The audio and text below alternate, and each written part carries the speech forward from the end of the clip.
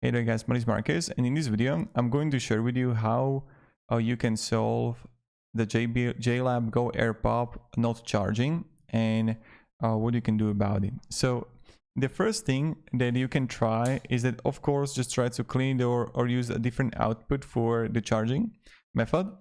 And the second thing that you can do a factory reset. So put the earbuds back to the case and you want to hear the click. And when you're gonna do it, now you just want to press 7 times the right earbud and 7 times the left earbud. So let's go.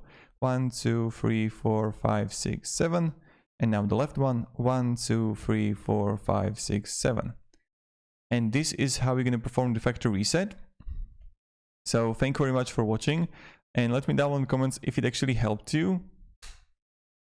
And that's pretty much it. Have a great day. And have a great day and goodbye. Now we're just going to take them out.